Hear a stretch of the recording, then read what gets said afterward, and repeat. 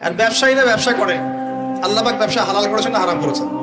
হালাল ব্যবসা। ব্যবসায় একটা 10 টাকার পণ্য আপনি চাইলে 30 টাকা, 40 টাকা, 50 টাকা, 100 টাকা বিক্রি করতে পারবেন কি না? পারবেন।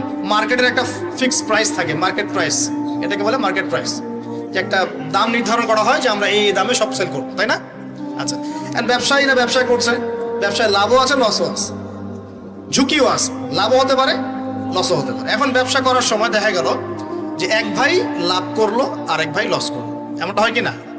আচ্ছা, আল্লাহ পাক এখানে কি করেন জানেন? এই বাজারের মধ্যে যে সম্পদগুলো আছে, অর্থ সম্পদ, আপনারা যেটা কারেন্সি বলেন, এগুলো আল্লাহ রাব্বুল আলামিন হাত থেকে হাতে ঘোরাতে থাকেন। আজকে আপনার হাতে, কালকে তার হাতে, কালকে তার হাতে, পরশু আরেক ভাইয়ের হাতে।